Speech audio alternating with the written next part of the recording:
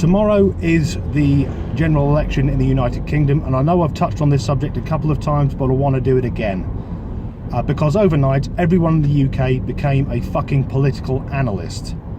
And some people have expressed their opinions, but mainly it's memes and links to news, which is now called fake news, but I used to just call it bullshit.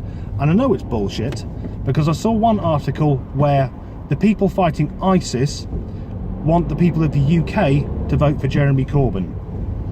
And then I saw the same article, but they also wanted to vote for Theresa May. And call me a cynic, but if you're out there at the caliphate of the most deadly terrorist group ever known, you're probably not bothered what the minimum wage will be in Milton Keynes. Most people now have made up their minds who they're going to vote for, if indeed they are going to vote. So could we stop the hatred and the mudslinging and the derision?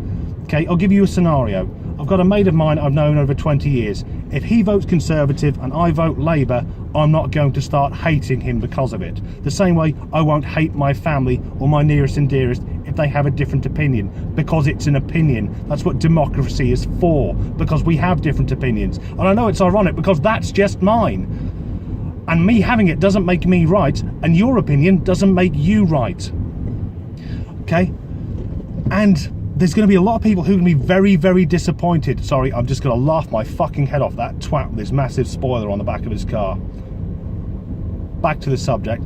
A lot of people are going to be very disappointed.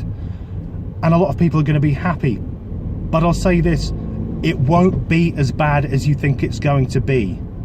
Okay? Whatever happens, it won't be as terrible as people are making it out to be.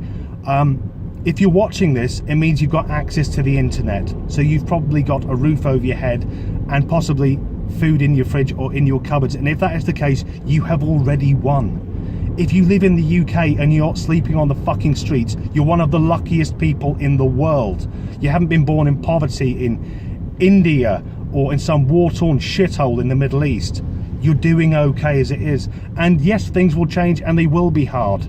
But if the government that we get is as terrible as you think it's going to be, and that's obviously other people think it's fantastic, it won't be as drastic.